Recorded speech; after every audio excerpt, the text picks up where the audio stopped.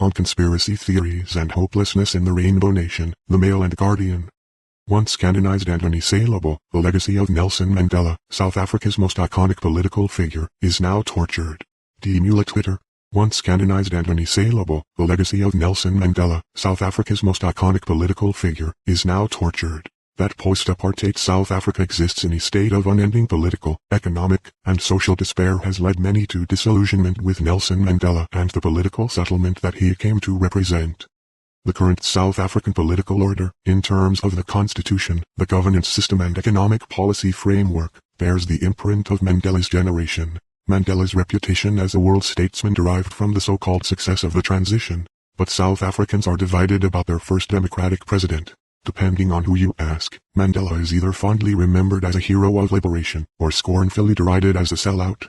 And more recently, those unwilling to seat themselves on either side of what feels like an existential divide, have become satisfied with the third option, one where Mandela is neither a god nor fallen angel, but with a theistic incredulity is cast as nothing more than myth, literally. Last week, South African social media was ablaze with fresh allegations that the real Nelson Mandela died in 1985 at the age of 67 years. This, the conspiracy went, explained why on Mandela's birthday South Africans are encouraged to perform 67 minutes of charity. But more importantly, that after Mandela supposedly died in 1985, the apartheid government installed an imposter by the name of Gibson Makanda to play Mandela. That is the man who negotiated the end of apartheid and would be the country's first democratic president. For good measure, some on Twitter credited the Illuminati, an anti-Semitic conspiracy whereby a supposed small network of individuals run the world, for all this.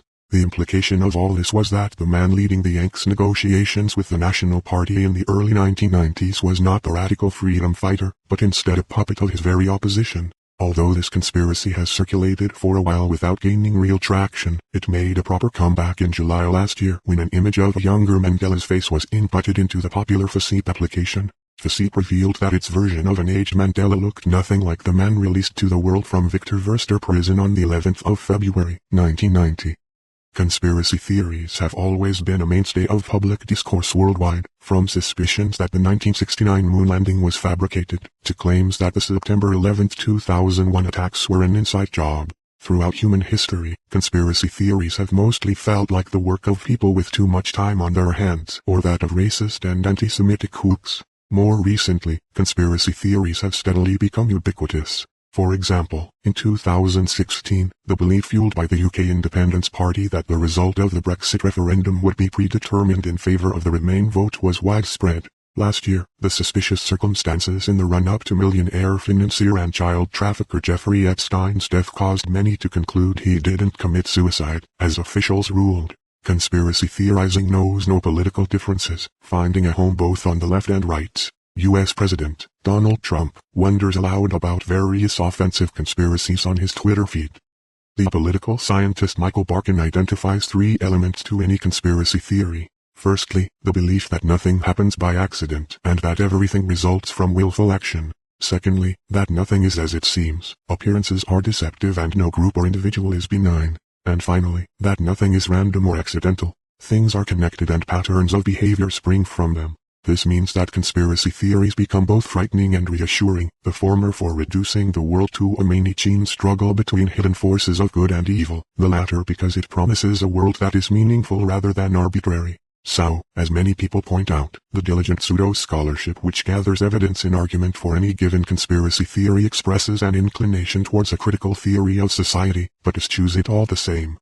Conspiracy theories typically project a basic structure of the world where power is concentrated in the hands of a few, whose interests run against that of the many. The radical British journal Ofibon, in an article in 2011, put it best when dissecting the similarity between this anti-establishment impulse and that shared by political critique, but also its simultaneous cheapening of critique. 1.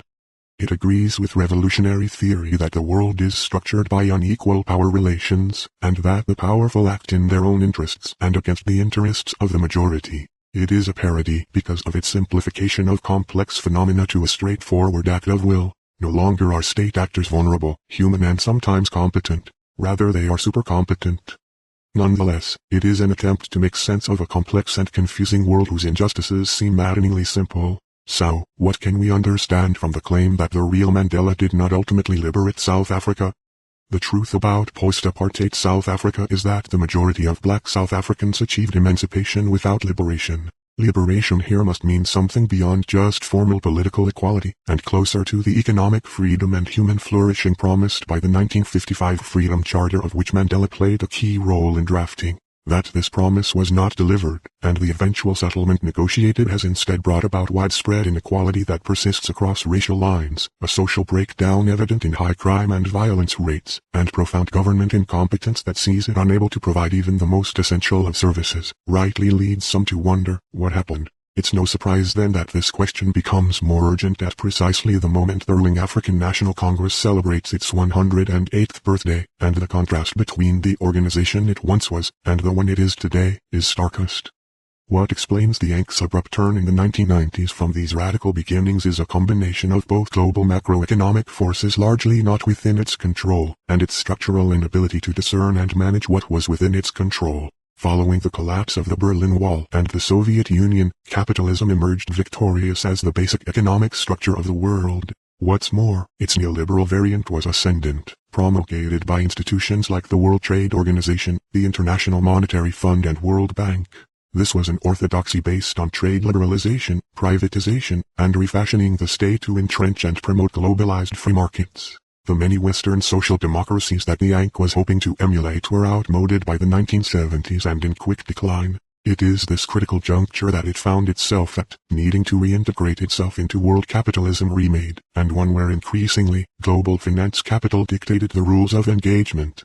But the ANC shouldn't be exonerated completely. Sure, the game and its rules had been determined, but it could have played its hand differently. That it didn't also comes down to the fact that the ANC structure, notwithstanding its monumental role in the liberation movement, meant it wasn't organically and economically progressive force in the way that a workers' party would be. Rather, it was, and still is, a broad church coalition of different economic tendencies from Marxist to laissez-faire capitalist, and there was no surety that a redistributive economic path would be hegemonic in the first place. In fact, that there were inklings of a radical economic program was only because of the participation of the South African Communist Party and the Congress of South African Trade Unions in the struggle, and that these unions went on to play a role after the tripartite alliance was forged in 1990. Naturally though, as an organization created for the purposes of political liberation, the political aspect of nation building and ensuring a peaceful transition overshadowed the socio-economic dimension. Arguably, the Freedom Charter was the ANC's most sophisticated economic blueprint up until that point, and as the journalist Hein Mering explains in his meticulous study of the transition, the lack of a coherent economic program, based on sound analysis of both local and global economic realities and options, meant that the ANC was without a platform from which to bargain a new economic dispensation. It is these explanations rooted in political economy that better explain the conditions which overdetermine the actions of individuals like Mandela. As Rikang Janki, of the Institute for African Alternatives, writes, the decisions Mandela made had to do with his calculations of what he considered to be politically feasible at the time. It must not be forgotten that he wasn't making these decisions alone, nor is it the case that he was as individually powerful as many people think. To think otherwise, either in viewing Mandela as a sellout or as a man who didn't exist at all, commits the very contradiction earlier pointed out by Afibon, that of viewing him as godlike, albeit failed or thwarted. This sentiment is born precisely from a mythic conception of Mandela that thinks him capable of single-handedly overcoming whatever obstacles confronted him and the nation at large. To call an inevitably flawed individual a sellout betrays a quiet disappointment that comes only after having once thought them flawless. To assert that this individual was eliminated by the forces of evil betrays a stubborn longing to think he was still flawless. In the end, conspiracy theories are substitute explanations for struggles in and around the state and capitalism. As a shortcut to anti-capitalism, rather than making qualified structural critiques, they risk settling on mysterious bogeymen, and a lot of the time, this happens with devastating consequences. Hitler's rise to power in Germany took place in a period of social and economic breakdown much like our own, and the historian Moshe Postone describes the conspiratorial anti-Semitism that took root then as seeking a concrete carrier, whether political, social, or cultural, through which it can work. Because the power of Jews, as conceived by the anti-Semitic imagination, is not bound concretely, is not rooted, it is presumed to be of staggering immensity and extremely difficult to check. What this reveals is a basic feature of conspiracy theorizing, a sense of impotence in the face of political decay. Although a conspiracy will identify a target for its suspicion, the real suspicion is itself limitless. To claim that the apartheid government killed Mandela is to elevate it to an invincible omnipresence. Indeed, it is common today for people to believe that the apartheid government never left. The best example of this being charges that the ANC government is secretly controlled by forces of white monopoly capital. Such conspiracy theorizing is the outcome and cause of powerlessness and despair, because if everything is forever going to be stacked against us, can things be changed meaningfully? What is the point in trying?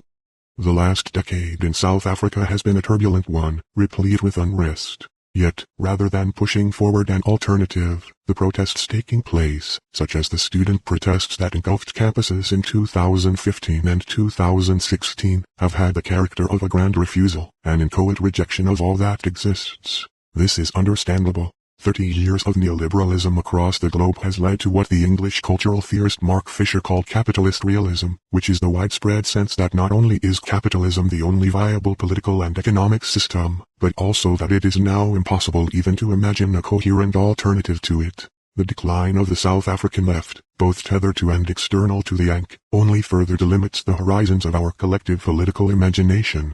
But around the world this despair has been transformed first to discontent, and then to a demand for, and belief in, a better world. Insurgencies against neoliberalism, and the inequality, austerity and lack of agency that it brings are happening in Chile, France, Iraq, Lebanon, Haiti, Uganda, Hong Kong and elsewhere.